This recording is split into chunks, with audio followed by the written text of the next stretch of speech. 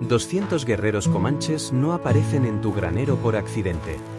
Vienen por sangre, por justicia o por guerra. Y Thaddeus Van Malister estaba a punto de descubrir cuál de las tres era. Pero retrocedamos un poco, hasta donde todo comenzó. 24 horas antes, el sol de Texas caía implacable sobre el rancho de Bear, en algún lugar entre Amarillo y la nada, cuando divisó una pequeña figura tambaleándose por su propiedad. A los 34 años, Bear ya había visto bastantes problemas en sus años trabajando con ganado. Pero había algo en esa mañana que se sentía diferente. Erróneo, incluso. Estaba reparando un poste de cerca junto al arroyo cuando un movimiento llamó su atención. Un niño, no podía tener más de 8 o 9 años, avanzaba en zigzags inseguros hacia el agua. La ropa del pequeño estaba desgarrada, prendas tradicionales nativas americanas que habían visto mejores días. Incluso desde lejos, Bear podía ver cómo el hambre hacía que cada paso fuera una lucha. La mayoría de los rancheros de la zona habrían tomado el rifle primero y hecho preguntas después. La relación entre los colonos y las tribus comanches locales llevaba años siendo tensa, con incursiones y represalias constantes que mantenían a todos al borde. Pero Bear siempre había sido diferente, tal vez demasiado diferente para su propio bien. Dejó sus herramientas y caminó despacio hacia el niño, con las manos a la vista y movimientos deliberados. A medida que se acercaba, vio que era una niña. Sus ojos oscuros eran demasiado grandes para su rostro delgado, los labios agrietados por la deshidratación. Ella lo miró con una mezcla de miedo y desesperación que lo golpeó directo al pecho. La niña habló en comanche rápido, palabras que él no entendía, pero el mensaje era claro: estaba hambrienta, quizá no había comido en días. Sus pequeñas manos señalaron su boca y luego el arroyo, un lenguaje universal de necesidad que no requería traducción. Bear pensó en sus vecinos, en lo que dirían si lo veían ayudando a una niña comanche. Pensó en las advertencias que había escuchado en el pueblo sobre las crecientes tensiones con las tribus. Pensó en lo que sería lo más inteligente, lo más seguro. Pero luego miró de nuevo esos ojos desesperados y tomó la decisión que cambiaría todo.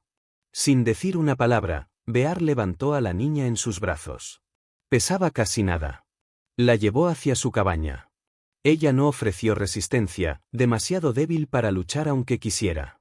Mientras caminaba, podía sentir su pequeño cuerpo temblar.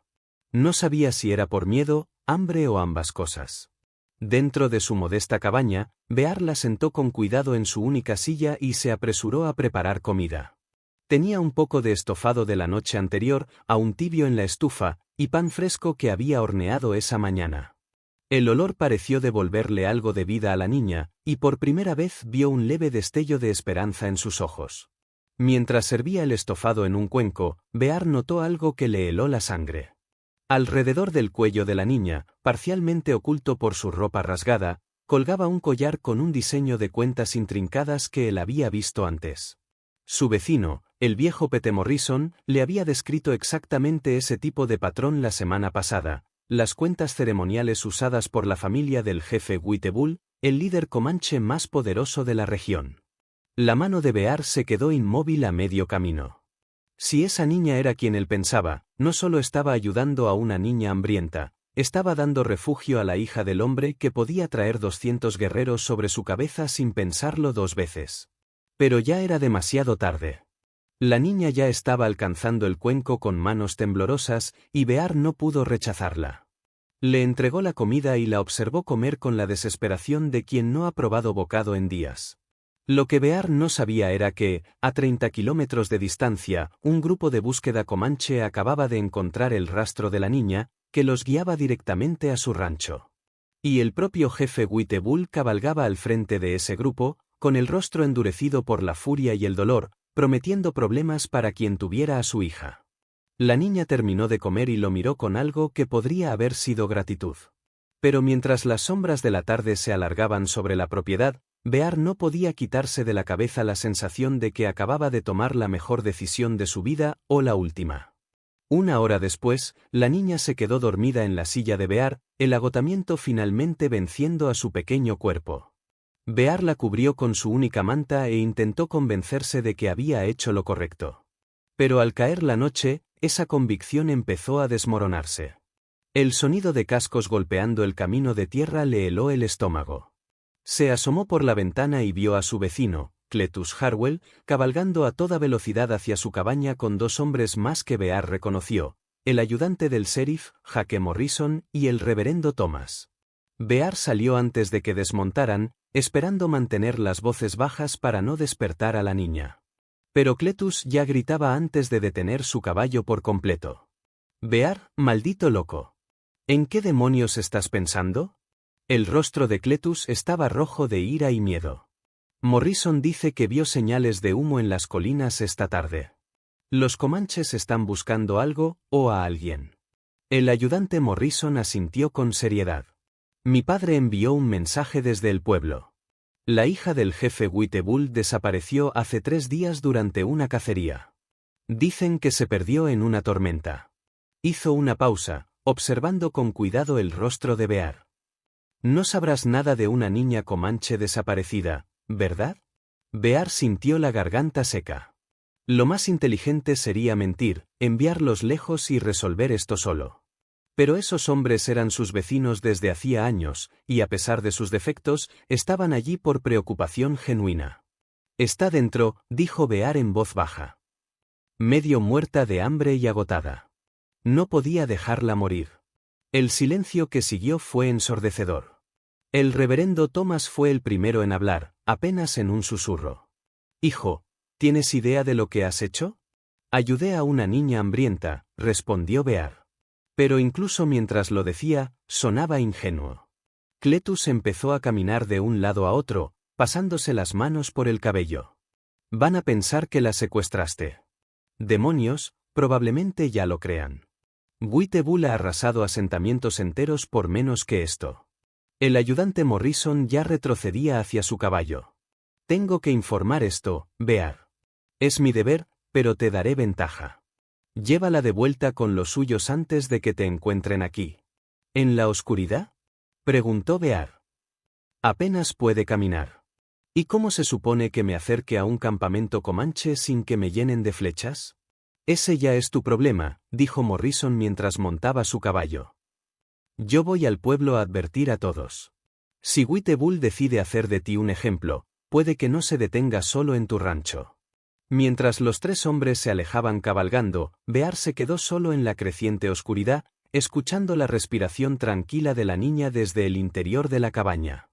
Pensó en ensillar su caballo e intentar encontrar el campamento comanche, pero sabía que sería un suicidio. Pensó en subir a la niña al carro e intentar llegar al pueblo más cercano, pero eso solo empeoraría las cosas. La verdad era que no había una salida buena. Cada opción llevaba al mismo destino, una confrontación con uno de los jefes de guerra más temidos de Texas. Como si sus pensamientos lo hubieran invocado, un nuevo sonido se deslizó por las llanuras, el ritmo distante de tambores de guerra, acercándose más con cada minuto que pasaba. La sangre de Bear se heló. No estaban esperando al amanecer. Los comanches venían esa misma noche. Bear corrió de vuelta a la cabaña, con la mente a mil. Los tambores eran cada vez más fuertes, y ya podía distinguir los golpes individuales en el ritmo, lentos, metódicos, absolutamente aterradores. No era el ruido caótico de una partida de saqueo, era algo mucho más organizado e infinitamente más peligroso. La niña se movió en la silla, despertada por el sonido de los tambores. Abrió los ojos de par en par y, por primera vez desde que él la había encontrado, Bear vio reconocimiento en su rostro. Ella entendía lo que significaban esos tambores, mejor que él. Habló rápidamente en comanche, señalando la puerta y luego a sí misma. Aunque no entendía las palabras, Bear podía ver el pánico en sus gestos. Trataba de decirle algo importante, pero la barrera del idioma lo hacía imposible. Bear se arrodilló junto a su silla, hablando con la mayor calma que pudo reunir. «Sé que no puedes entenderme, pequeña, pero estoy intentando ayudarte. Esos tambores son tu gente, ¿verdad? Vienen por ti». La niña asintió con fuerza, luego agarró la camisa de Bear y lo tiró hacia la ventana. Apuntó afuera y levantó ambas manos, abriendo y cerrando los dedos una y otra vez. Bear contó los movimientos. 10, 20, 30, Ella siguió hasta llegar a lo que parecía ser 200. Las piernas de Bear se debilitaron. 200 guerreros. Había esperado, con suerte, una docena de bravos enfurecidos con los que quizá podría razonar. Pero 200, eso bastaba para arrasar cada rancho en 50 millas a la redonda. Los tambores se detuvieron de repente, y el silencio que siguió fue aún peor que el estruendo anterior. Bear se acercó a la ventana y miró hacia la oscuridad. Al principio no vio nada. Luego, como fantasmas materializándose de la noche misma, empezó a distinguir siluetas moviéndose por su propiedad. Venían en formación perfecta, guerreros a caballo, extendidos en un semicírculo que se cerraba lentamente alrededor de la cabaña. Incluso bajo la luz de la luna, Bear podía ver la pintura de guerra en sus rostros, las plumas en su cabello, las armas en sus manos. No eran hombres que hubiesen venido a negociar. La niña tiró de la manga de Bear otra vez, esta vez señalándose a sí misma y luego la puerta. Quería ir hacia ellos, pero Bear no sabía si eso ayudaría o lo empeoraría todo. ¿Y si creían que él la había lastimado? ¿Y si no creían que ella había llegado por voluntad propia? Una sola voz resonó desde la oscuridad, hablando en inglés con un fuerte acento, pero con claridad perfecta. Hombre blanco, sabemos que has tomado algo que nos pertenece. Entrega a la niña, y tal vez vivas para ver el amanecer. La boca de Bear se secó. La voz tenía una autoridad absoluta. Tenía que ser el propio jefe Whittebull. Bear había escuchado historias sobre él. Cómo había unido a varias tribus bajo su mando. Como nunca había perdido una batalla contra la caballería. Y ahora, Bear estaba a punto de enfrentarlo en una conversación que podría terminar con todos muertos. Bear dio un paso hacia la puerta, pero la niña lo agarró del brazo con una fuerza sorprendente para alguien tan pequeña. Negó frenéticamente con la cabeza y se señaló a sí misma, luego hizo un gesto cortándose el cuello. Trataba de advertirle de algo, ¿pero de qué? Entonces lo entendió, como un rayo. La niña no era solo la hija del jefe. Era la única hija del jefe. En la cultura comanche, eso la hacía invaluable. No solo era su familia, sino el futuro de su linaje. Si algo le hubiera pasado mientras estaba bajo el cuidado de Bear, aunque no fuera su culpa, Whittebull no tendría más opción que dar un ejemplo que los colonos nunca olvidarían. Bear comprendió, con horror creciente, que salvar la vida de la niña podía haber sido la parte fácil. Ahora tenía que demostrarle a 200 guerreros armados que la había salvado, no robado. Y tenía unos 30 segundos para hacerlo antes de que el jefe Whittebull perdiera la paciencia y convirtiera su rancho en un campo de batalla. Bear tomó la decisión más difícil de su vida. Abrió la puerta de la cabaña y salió con las manos en alto, la niña siguiéndolo de cerca. La escena que lo recibió era una pesadilla hecha realidad. 200 guerreros comanches inmóviles sobre sus caballos, formando un círculo perfecto alrededor de su propiedad. La pintura de guerra brillaba bajo la luna, y cada arma estaba apuntada directamente hacia él. Al frente de la formación estaba un hombre que solo podía ser el jefe Whittebull. Enorme, imponente, con mechones plateados entre su largo cabello negro y unos ojos que ardían con furia contenida. La niña corrió hacia su padre, gritando en comanche. Pero en lugar de la alegre reunión que Bear esperaba, la expresión de Whittebull se oscureció aún más. El jefe desmontó y se arrodilló junto a su hija, examinándola con cuidado mientras ella hablaba rápido, señalando hacia Bear y la cabaña. Bear no entendía las palabras, pero podía leer el lenguaje corporal del jefe. Cada músculo en su cuerpo estaba tenso, listo para estallar en violencia. Fuera lo que fuera que la niña le estaba diciendo, no lo estaba ayudando. Finalmente, Whittebull se incorporó y caminó hacia Bear con pasos lentos y deliberados. Los otros guerreros permanecieron montados, pero ajustaron sus armas, creando un sonido sibilante como el de serpientes de cascabel preparándose para atacar. «Mi hija me dice que la alimentaste», dijo Whittebull, con un inglés preciso y helado. «Dice que le diste refugio».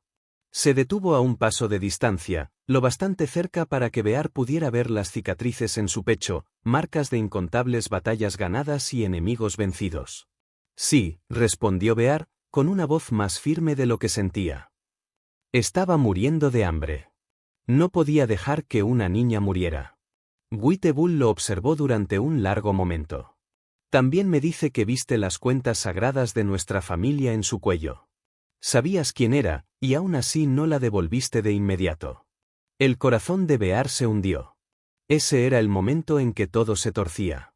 Yo iba a llevarla de vuelta por la mañana, balbuceó. Estaba demasiado débil para viajar de noche. Quizás, dijo Bull con frialdad. O quizás pensaste quedártela como trofeo, para cambiarla por ganado, caballos o paso seguro por nuestras tierras. La acusación flotó en el aire como humo de un fuego fúnebre. Bear podía sentir el peso de 200 pares de ojos sobre él. Guerreros esperando la señal de su jefe para convertir esa conversación en una masacre. Eso no es cierto, dijo Bear. Nunca quise nada de ustedes. Simplemente no podía ver sufrir a una niña. ¿Y tú, si fueras Bear, qué harías? ¿Te arrojarías a la misericordia de un jefe de guerra que nunca había mostrado misericordia a ningún hombre blanco? ¿O defenderías tus actos, incluso si eso significara una muerte segura? Dímelo en los comentarios. Necesito saber de qué lado estarías, porque lo que Bear decidió a continuación determinaría si el sol saldría sobre la paz, o sobre una guerra que consumiría todo el territorio. Bull levantó la mano, y cada guerrero tensó su arco al unísono. El sonido de 200 flechas preparándose al mismo tiempo fue como si la misma muerte contuviera la respiración. Probarás tus palabras, dijo el jefe en voz baja. O morirás donde estás. La mente de Bear trabajaba a toda velocidad mientras observaba las puntas de 200 flechas brillando bajo la luz de la luna. ¿Cómo se demuestra la bondad a un hombre que solo ha visto maldad de los tuyos?, pensó. Entonces, la inspiración lo golpeó como un rayo. Tu hija llevaba esto cuando la encontré, dijo Bear, sacando lentamente algo del bolsillo. Cada guerrero se tensó, pero Bear solo sacó un pequeño trozo de tela rasgada, parte de la ropa original de la niña que se había enganchado en su cerca. Lo guardé, continuó, porque pensé que querrías una prueba de que no le hice daño. Bull tomó el trozo de tela y lo examinó. El reconocimiento brilló en sus ojos, sin duda era parte del vestido ceremonial de su hija, el mismo que llevaba cuando desapareció. Ella llegó a mi arroyo, siguió Bear, su voz ganando fuerza. Pude haberla ahuyentado. Pude haberle disparado por invasora. En cambio, la llevé a mi casa. Le di mi comida, mi manta. No pedí nada a cambio. La niña intervino de pronto, tirando del brazo de su padre y señalando hacia la cabaña. Corrió hacia la puerta y lo llamó para que la siguiera. Confundido, pero curioso, Bull hizo un gesto para que Bear los acompañara. Dentro de la cabaña, la niña señaló la silla donde había dormido y el cuenco vacío donde Bear le había servido el estofado. Hizo gestos de comer, luego de dormir, y finalmente señaló a Bear y sonrió. La primera sonrisa genuina que él le veía. Pero la atención de Bull se centró en otra cosa. Sobre la mesa estaba el tesoro más preciado de Bear, una pequeña fotografía tintipé de su propia familia. Su esposa y su hijo pequeño, ambos muertos 3 años atrás en un brote de cólera. La imagen estaba desgastada de tanto tocarla, rodeada de flores silvestres secas que Bear cambiaba cada semana. Tú también has perdido hijos, dijo Bull en voz baja. Y por primera vez, su tono no estaba cargado de ira. Mi hijo tenía su edad, respondió Bear, con la garganta apretada. Tal vez por eso no pude apartarla. Bull levantó la fotografía y la observó en silencio. Afuera, los guerreros seguían en posición, pero algo en el aire había cambiado. La niña continuaba hablando en comanche, aparentemente contándole a su padre cada detalle de cómo Bear la había cuidado. Dice, tradujo Bull, que pudiste haberla aprovechado. Un hombre blanco solo, con una niña comanche. Pudiste haber pedido rescate, o usarla como protección. En cambio, simplemente le diste de comer y la dejaste descansar. Bear asintió. No tengo pleito con tu gente, jefe. Solo trabajo mi tierra y trato de vivir en paz. Bull permaneció en silencio por un largo momento, aún sosteniendo la foto. Cuando finalmente habló, sus palabras sorprendieron a todos, incluso a su hija. Mis guerreros esperaban encontrar un secuestrador esta noche, dijo. Esperaban incendiar este lugar y llevar tu cuero cabelludo como prueba de justicia. Colocó la foto con cuidado sobre la mesa. En cambio, encontramos a un hombre que mostró bondad a una niña que podía haber sido su enemiga. Bear sintió un destello de esperanza, pero afuera el aire se agitaba con inquietud. 200 guerreros habían venido por sangre, y su jefe hablaba de compasión. Esa decepción podía transformarse en otra clase de furia. Pero aún hay un problema, continuó Witebul, y la esperanza de Bear se desmoronó. Mis guerreros no pueden volver con las manos vacías. No pueden decir a sus esposas e hijos que salimos a castigar un crimen y regresamos solo con palabras. La sangre de Bear se heló. ¿Qué estás diciendo? Digo que, aunque no tuviste malas intenciones, has creado una situación que exige resolución. Mi gente esperaba justicia esta noche. ¿Y si no la obtienen? Witebul señaló hacia la puerta, donde se escuchaban voces cada vez más agitadas. Algunos de mis jóvenes guerreros creen que cualquier hombre blanco que toque a una niña comanche, por cualquier motivo, debe pagar el precio.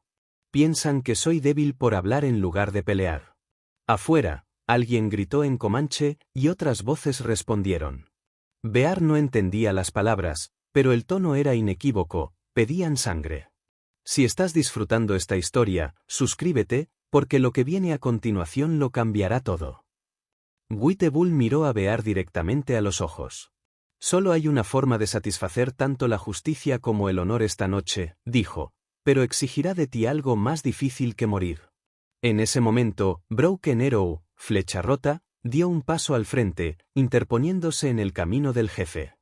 Su rostro lleno de cicatrices se torció en una mueca de furia.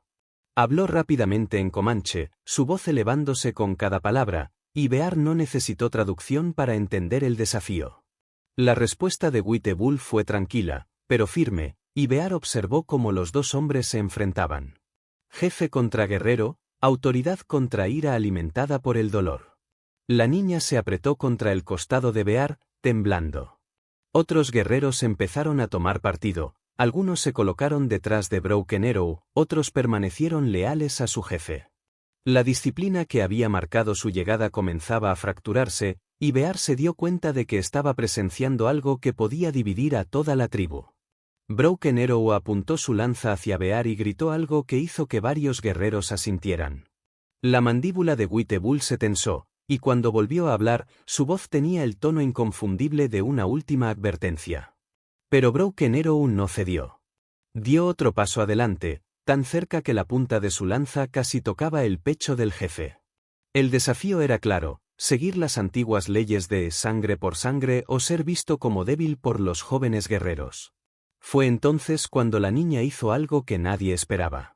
Se colocó entre los dos hombres y comenzó a hablar en comanche, rápido y con una pasión feroz. Su voz joven cortó la tensión como un cuchillo, y Bear vio cómo la expresión de Broken Arrow cambiaba de rabia a confusión, y luego a algo que parecía vergüenza. Witebul tradujo en voz baja. Les está contando exactamente lo que pasó. Cómo se perdió en la tormenta. Cómo vagó durante días sin comida ni agua. Cómo pensó que moriría sola en la pradera, hasta que tú la encontraste. La niña siguió hablando, su voz cada vez más fuerte, señalando a Bear, luego a sí misma, y haciendo los gestos de comer y dormir. Ella estaba contando la historia de su rescate. Y hasta los guerreros que habían apoyado a Broken Arrow escuchaban atentos.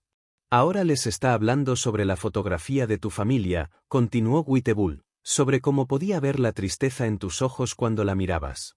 Dice que la ayudaste porque comprendiste lo que es la pérdida, no porque quisieras dañar a nuestro pueblo. Broken Arrow bajó ligeramente su lanza, aunque su rostro aún mostraba duda. Volvió a hablar, esta vez directamente con la niña, y Bear reconoció una palabra. Basichu, el término comanche para hombre blanco, y no precisamente uno amistoso. La respuesta de la niña fue inmediata y feroz. Se acercó a Broken Arrow y habló con tal intensidad que varios guerreros dieron un paso atrás. Fuera lo que fuese que estaba diciendo, estaba surtiendo efecto. Le está preguntando si tiene hijos, tradujo Witebul, con sorpresa en la voz. Le pregunta qué querría que hiciera un extraño si su hijo estuviera muriendo de hambre en medio del desierto. La lanza de Broken Arrow cayó a su costado. Pero la niña no había terminado. Siguió hablando, ahora dirigiéndose a todos los guerreros que los rodeaban. Bear podía ver el efecto extendiéndose por el grupo mientras los rostros duros comenzaban a suavizarse.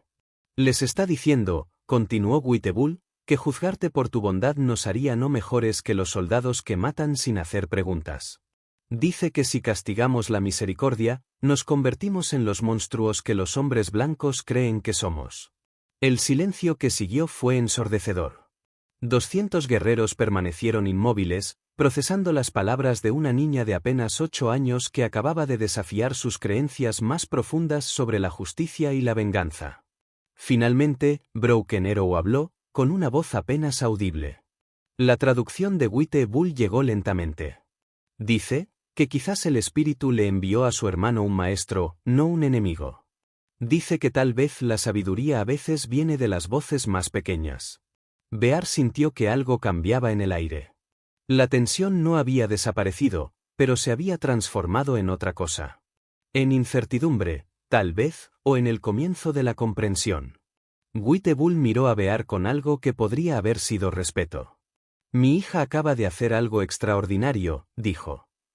Ha convertido una partida de guerra en un consejo. Pero ahora viene la parte más difícil. ¿Cuál? Preguntó Bear. Ahora debes demostrarles que su fe en ti está justificada. Esta noche, en nuestro poblado, frente a los ancianos que han pasado toda su vida odiando a tu gente, dijo Whittle, señalando hacia su caballo. ¿Estás dispuesto a apostar tu vida por la palabra de una niña? Bear miró a la niña, que lo observaba con los mismos ojos desesperados que habían iniciado todo aquello. Pero esta vez comprendió que no le pedía ayuda. Se la estaba ofreciendo. Y eso lo cambió todo.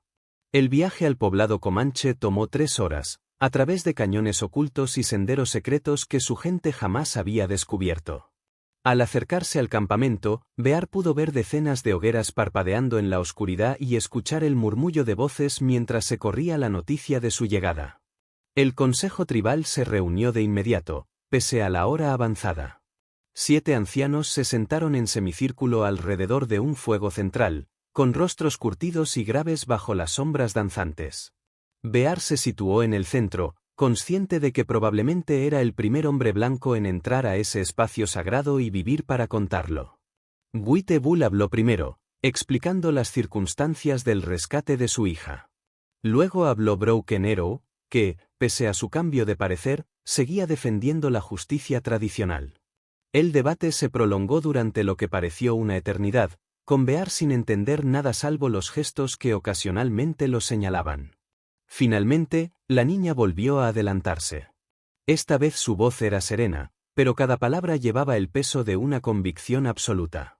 Habló durante casi 10 minutos sin apartar la vista de los rostros de los ancianos. Cuando terminó, el miembro más anciano del consejo, un hombre de cabello completamente blanco, le hizo una sola pregunta. Su respuesta fue inmediata, firme. Whittle se volvió hacia Bear. Le preguntó si realmente cree que tú arriesgarías tu vida otra vez para salvar a un niño comanche, sabiendo lo que podría costarte. Ella respondió que sí, sin dudar un instante. Los ancianos susurraron entre ellos, deliberando.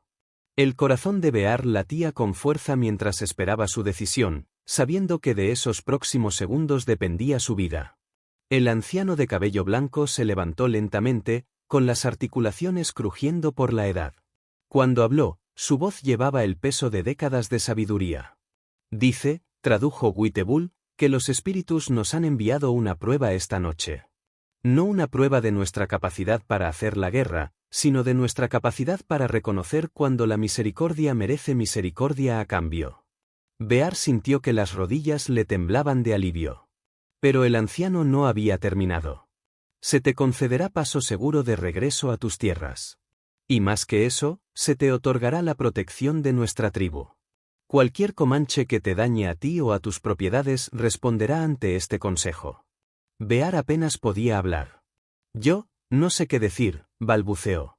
Hay una condición, continuó el anciano, a través de Whittle. Debes prometer que si alguno de los nuestros llega a ti necesitado, hambriento, herido o perdido, le mostrarás la misma bondad que mostraste a esta niña. Lo prometo, respondió Bear sin dudar. Lo que ocurrió después sorprendió a todos. La niña corrió hacia Bear y lo abrazó con fuerza, hablando en un inglés entrecortado por primera vez. Thank you for saving me. Now I save you. Gracias por salvarme. Ahora yo te salvo a ti. Cuando el amanecer se alzó sobre la pradera, Bear regresó a su rancho con una escolta de honor, no con una partida de guerra. Las dos culturas que habían estado al borde del conflicto habían encontrado un puente en el simple acto de bondad de un vaquero. El rancho de Bear se convirtió en tierra neutral, donde comanches y colonos podían encontrarse sin peligro. Nunca se hizo rico ni famoso, pero vivió el resto de su vida sabiendo que, a veces, los actos más pequeños de compasión pueden evitar las tragedias más grandes. Y cada año, en el aniversario de aquella noche, una joven comanche, ya no una niña hambrienta, sino una mujer respetada de su tribu, visitaba el rancho de Bear para compartir una comida y recordar el momento en que dos mundos eligieron la comprensión sobre la guerra. La niña que una vez pidió comida se convirtió en traductora y mediadora de paz entre tribus y colonos. Bear vivió hasta los 73 años, muriendo pacíficamente mientras dormía, rodeado de amigos de ambas culturas, que habían aprendido que el coraje no siempre significa pelear. A veces, significa simplemente saber cuándo alimentar a un niño hambriento. Pergamino, si te encantan estas increíbles historias reales del viejo oeste, suscríbete, porque tenemos muchas más historias de valor, conflicto y héroes inesperados esperándote. Ahora, haz clic en el vídeo en pantalla para escuchar una historia aún mejor, con un giro tan poderoso que no la olvidarás jamás.